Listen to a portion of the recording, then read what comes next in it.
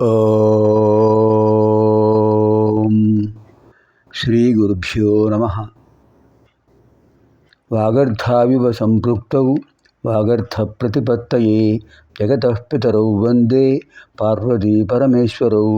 శృతిస్మృతిపురాణానాం ఆలయం కరుణాలయం నమామి భగవత్పాదం శంకరం లోకశంకరం.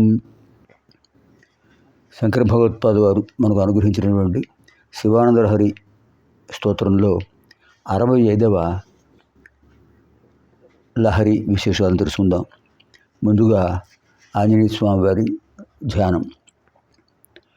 మనోజవం మారుతతుల్య వేగం జితేంద్రియం బుద్ధిమతాం వరిష్టం వాతాత్మజం వానరయూథ ముఖ్యం శ్రీరామదూతం శిరసా నమామి. మనస్సుకు ఎంత వేగం ఉంటుందో అంత వేగం గలవారు ఆ స్వామి. మారుతతుల్య వేగం, వాయుదేవుడికి ఎంత వేగం ఉంటుందో అంత వేగం గలవారు. జితేంద్రియం, ఇంద్రియాలను జయించినవారు. బుద్ధిమతాం వరిష్టం, బుద్ధిమంతులలో గొప్పవారు. వాతాత్మజం, వానరయూథ ముఖ్యం, వాయువుక అంశతో అనుభవించిన వారు. వానర సైన్యంలో ముఖ్యుడు ఆయన లేకపోతే సీతాన్వేషణ జరిగేది కాదు, యుద్ధకాండలో యుద్ధం జరిగేది కాదు. కిష్కింధాకాండ నుంచి ఉత్తరకాండ వరకు ఆయన ప్రధాన పాత్ర పోషించారు, ముఖ్యమైన పాత్ర. శ్రీరామదూతం శిరసా నమామి. బుద్ధిర్బలం యశోధైర్యం నిర్భయత్వమరోగత అజాడ్యం వాక్పటుత్వం చ హనుమస్మరణాత్ భవేత్. ఆంజనేయ స్వామి వారిని స్మరించినంత మాత్రాన బుద్ధి వికాసం, మనోబలం, యశ కీర్తి, ధైర్యం ఇంద్రియ నిగ్రహం, నిర్భయత్వం భయం లేకుండా ఉండటం, అరోగత రోగం లేకుండా ఆరోగ్యంగా ఉండటం, అజాడ్యం ఎడత్వం లేకుండా ఉత్సాహంగా ఉండటం, వాక్పటుత్వం అందరూ మెచ్చే విధంగా అందరికీ నచ్చే విధంగా మాట్లాడగలగటం, 8 లక్షణాలు వస్తాయట. బుద్ధిర్బలం యశోధైర్యం నిర్భయత్వం అరోగత అజాడ్యం వాక్పటుత్వం చ హనుమస్మరణాత్ భవేత్. ఇప్పుడు మనం 65వ లహరిలో ఉన్న విశేషాలు తెలుసుకుందాం. వక్షస్థాడన శంకయా విచరితో వైవస్వతో నిర్జరా కోటీరోజ్వలరత్నదీపగడికా నీరాజనం కుర్వతే దృష్ట్వా ముక్తివధూస్తనోతి నిభృతాశ్లేషం భవానీపతే యచ్చేతస్తవ పాదపద్మభజనం తస్యేహ కిం దుర్లభం. యత్ చేతః తవ పాదపద్మభజనం తస్య ఇహ కిం దుర్లభం. చేత అంటే మనస్సు.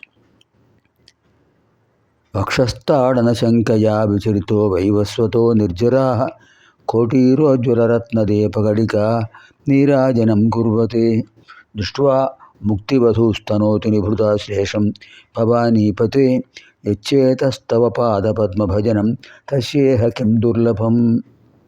హే భవానీపతే శివ, యచ్చేతః ఎవరి యొక్క మనస్సు పాదపద్మభజనం మీ పాదపద్మాలను సేవిస్తూ ఉంటుందో తస్య అతనికి ఇహ ఈ లోకంలో దుర్లభం పొంద శక్యము కానిది కిం ఏమున్నది, కిమపి నాస్తి ఏదీ లేదు. కారణం ఏమిటి? వైవస్వత సూర్యుని కుమారుడైన యముడు, వివస్వాన్ అంటే సూర్యుడు, ఆయన కుమారుడు వైవస్వత. ఆయన యొక్క వక్షస్థాడన శంకయ్య, ఆయనకు భయం పట్టుకుంది. ఏమని? వక్షస్థాడన శంకయ్య తన వక్షస్థలంపై ఆయన కొడతారేమో పరమేశ్వరుడు అని భయపడ్డాట. నిర్జరాహ దేవతలు కోటీర ఉజ్వల రత్న దీప కడిక నీరాజనం కుర్వతే. దేవతలందరూ అనేక రత్న దీపాలతో స్వామివారికి ఆనంద నీరాజనం సమర్పిస్తున్నారు. ముక్తి వధూర్ దృష్ట్వా నిభృతాశ్లేషం ఆతనోతి.